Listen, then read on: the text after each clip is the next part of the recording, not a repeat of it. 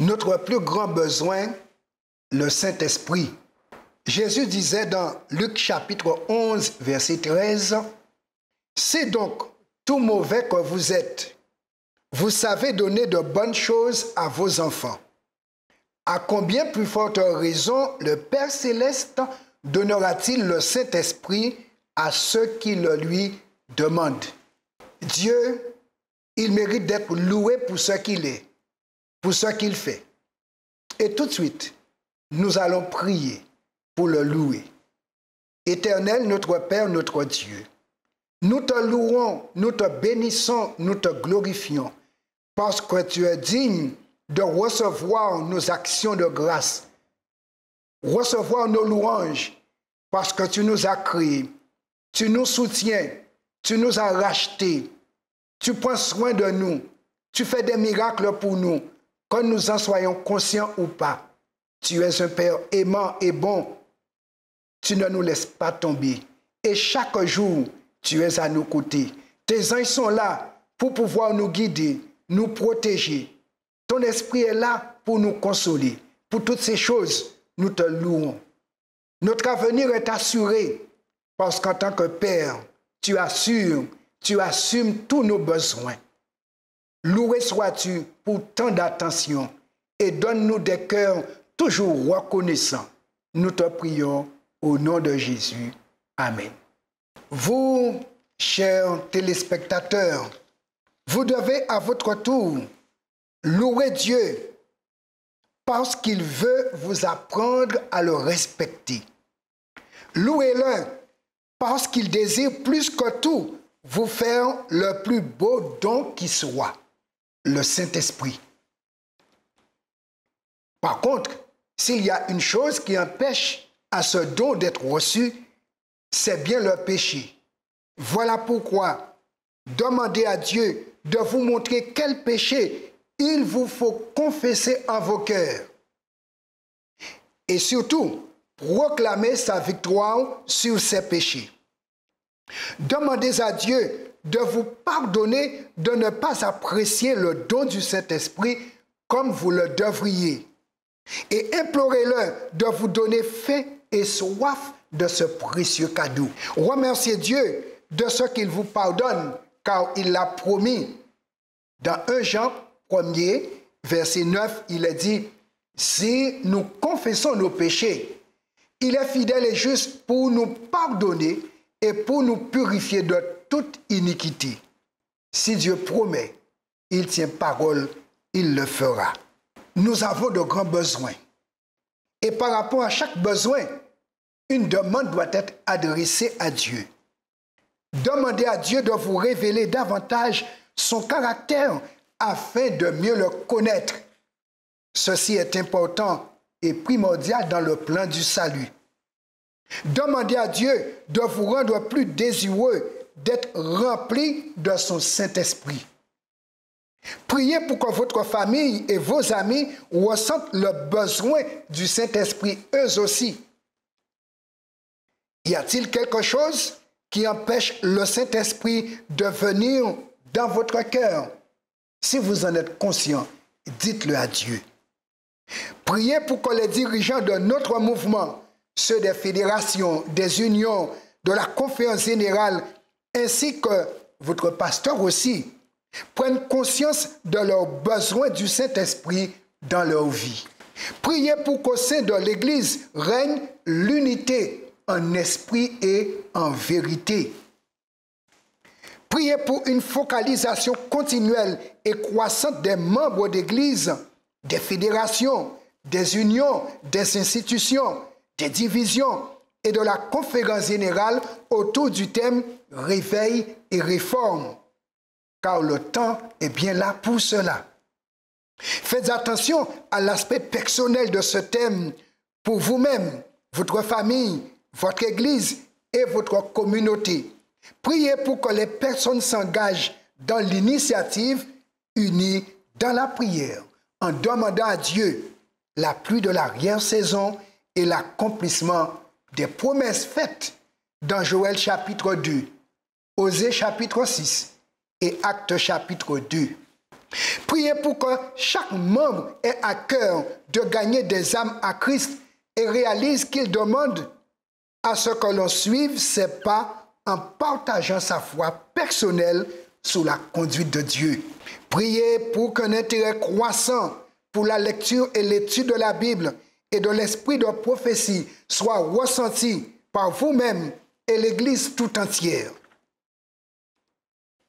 Être sauvé, c'est bien, mais ne pas penser aux autres n'est pas aussi bien. C'est pourquoi tout enfant de Dieu qui naît dans sa famille naît missionnaire. Et dans ce cadre, nous devons avoir une vision mondiale du salut. Et puisque l'œuvre commence dans ma vie, dans votre vie, mais elle doit s'étendre tout autour, vous et moi, nous devons prier pour l'œuvre missionnaire qui cherche à gagner des villes à Christ. Dans la division d'Afrique centre-ouest, par exemple, il y a les villes de Lagos, Douala, Calabar, Accra, Abuja, Lomé. Et dans la division d'Asie du Sud, les villes de Mumbai, Kochi, Bidar, New Delhi, Coimbatore, Surat, Imphal, Vijayawada.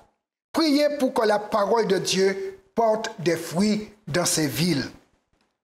Priez pour que les 7 personnes que vous avez placées sur votre liste soient conscients de leurs besoins et ouvrent leur cœur au Saint-Esprit. Priez pour vos besoins personnels, quels qu'ils soient. Dieu a promis soin. Dieu va prendre soin, car il a promis de prendre soin de tous nos besoins. Demander, c'est une bonne chose, mais surtout être reconnaissant. Et c'est pourquoi, vous et moi, nous devons remercier Dieu. Oui, Dieu, il apprécie nos actions de grâce. Remerciez Dieu pour le don du Saint-Esprit. Remerciez-le pour la façon dont son esprit travaille dans votre cœur. Remerciez-le pour la façon dont il s'y prend pour sauver des âmes au cours de ces 10 jours de prière. Rappelez-vous, notre besoin le plus urgent, le Saint-Esprit. Jésus, il a fait cette promesse en disant, « Eh bien moi, je vous dis, demandez et l'on vous donnera. Cherchez et vous trouverez. Frappez et l'on vous ouvrira. Car quiconque demande reçoit, qui cherche trouve, et à qui frappe, on ouvrira. Quel père parmi vous, si son fils lui demande un poisson, lui donnera-t-il un serpent au lieu d'un poisson? Si donc, tout mauvais que vous êtes, vous savez donner de bonnes choses à vos enfants, à combien plus forte raison le Père Céleste donnera-t-il le Saint-Esprit à ceux qui le lui demandent? C'est la puissance du Saint-Esprit qui est nécessaire.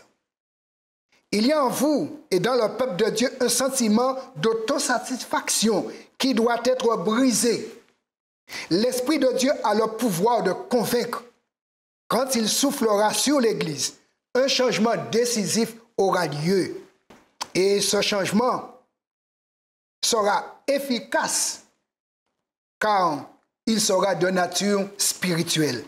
Le Seigneur Dieu est prêt à le donner, mais beaucoup ne réalisent pas qu'il leur est nécessaire. Ils sont faibles alors qu'ils devraient être forts. Ils sont impuissants quand ils pourraient être puissants par l'efficacité du Saint-Esprit. Leur lumière est faible. Sortez-les de leur autosatisfaction et de leur propre justice. Dans Jean chapitre 16, versets 7 à 8, Jésus avait déclaré, « Cependant moi, je vous dis la vérité.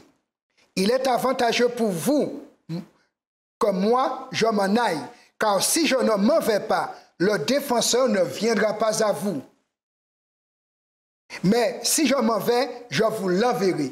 Quand il sera venu, lui, il convaincra le monde en matière de péché, de justice et de jugement. » Nous avons besoin de modeler notre caractère et de rendre captifs en Christ toutes nos pensées par l'influence adoucissante et raffinée de l'esprit. Le Saint-Esprit pourra nous aider à triompher. Il nous conduira à Jésus et nous assiérons à ses pieds, comme le fit Marie, et nous apprendrons à connaître la douceur et l'humilité de son cœur. Il nous faut être sanctifiés à chaque heure du jour, sinon nous nous laisserons tromper par l'ennemi de nos âmes et nous périrons.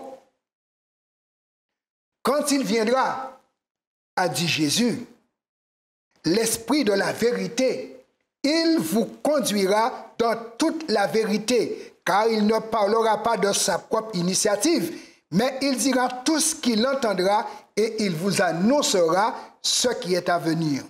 Lui me glorifiera parce qu'il prendra de ce qui est à moi et vous l'annoncera.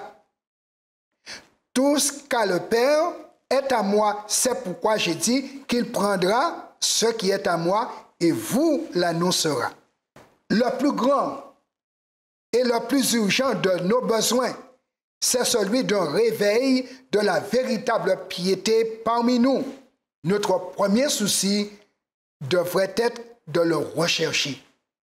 Il convient de déployer les efforts les plus vigoureux pour obtenir la bénédiction du Seigneur.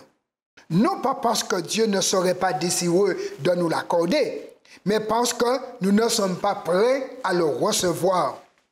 Notre Père céleste est plus disposé à communiquer son esprit à ceux qui le lui demandent qu'à des parents terrestres ne le sont de donner de bonnes choses à leurs enfants. Mais c'est à nous de remplir les conditions sur la base desquelles Dieu a promis d'accorder sa bénédiction par une confession de tous nos péchés, accompagnée d'humiliation, de repentance et de prières ferventes. Un réveil ne peut être conçu que comme une réponse à la prière. Aussi longtemps que l'on est si dénué d'Esprit Saint, on ne peut apprécier la prédication de la parole. Mais dès que la puissance de l'Esprit touche les cœurs, les discours prononcés ne restent pas sans effet. Guidés par les enseignements de la parole de Dieu, accompagnés de la manifestation de son esprit dans un travail fait avec tact, ceux qui participent à nos assemblées acquerront une précieuse expérience. De retour à leur foyer, ils exerceront une saine influence. L'effusion du Saint-Esprit sur l'Église est considérée comme devant se passer dans l'avenir. Mais ce serait un privilège pour elle que de le posséder maintenant. Recherchez-le, priez pour l'obtenir et croyez que vous le recevrez. Nous devons l'avoir et le ciel est prêt à nous l'envoyer. Le Christ a promis à son Église de lui accorder le don du Saint-Esprit. Cette promesse est pour nous, tout aussi bien que pour les premiers disciples. Mais comme toutes les autres promesses, celle-ci est conditionnelle. Il y en a un grand nombre qui font profession de croire à la promesse du Seigneur. Ils parlent du Christ et du Saint-Esprit, mais n'en retirent aucun bien. Ils ne consentent pas à être vidés et dominés par les instruments divins. On ne peut pas se servir du Saint-Esprit. Le Saint-Esprit doit se servir de nous, car c'est par l'Esprit que Dieu opère chez les siens le vouloir et le faire selon son bon plaisir. Beaucoup ne consentent pas à se soumettre à cette action parce qu'ils veulent garder leur liberté. C'est pour cela qu'ils ne reçoivent pas le don céleste. L'Esprit n'est donné qu'à ceux qui s'attendent humblement à Dieu et qui recherchent sa direction et sa grâce. La puissance de Dieu attend d'être réclamée et reçue. Cette bénédiction promise, quand elle est demandée avec foi, apporte à sa suite toutes les autres bénédictions.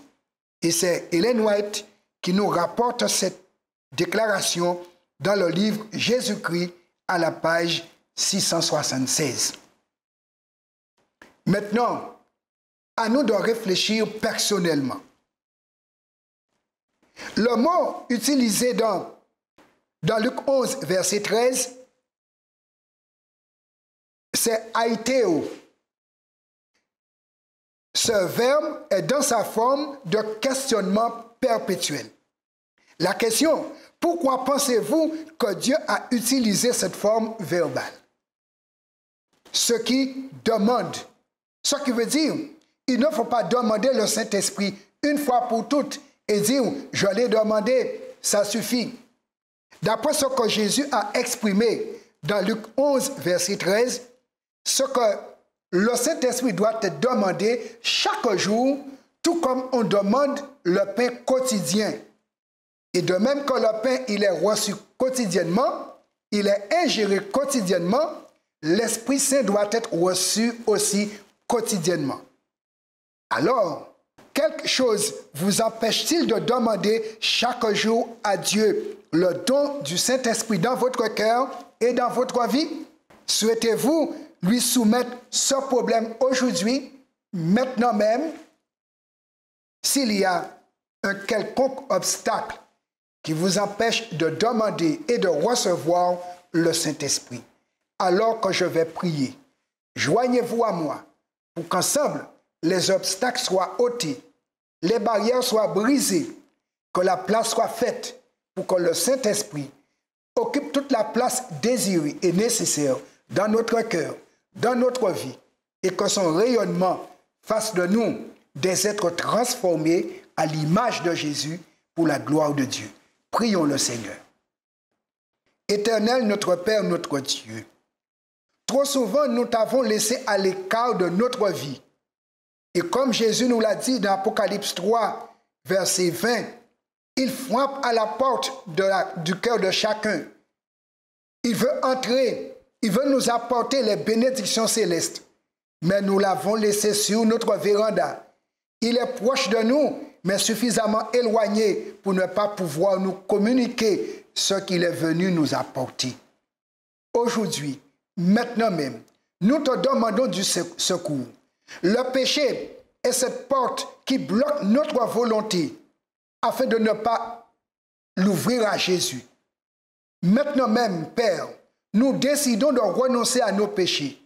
Péché mignon, péché petit, péché gros, quel qu'il soit. Fais la lumière dans notre âme. Détruis ces obstacles, abaisse ces barrières et que Jésus puisse entrer pour nous apporter le don céleste et que nous en soyons enrichis et que ta lumière luise dans notre âme et luise au travers de nos personnes.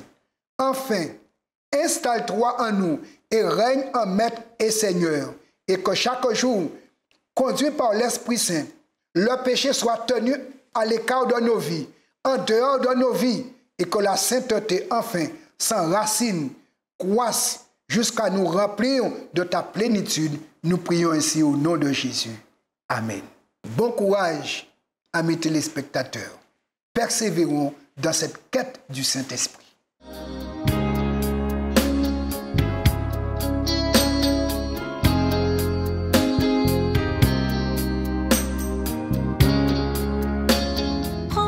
Jésus, ma vie.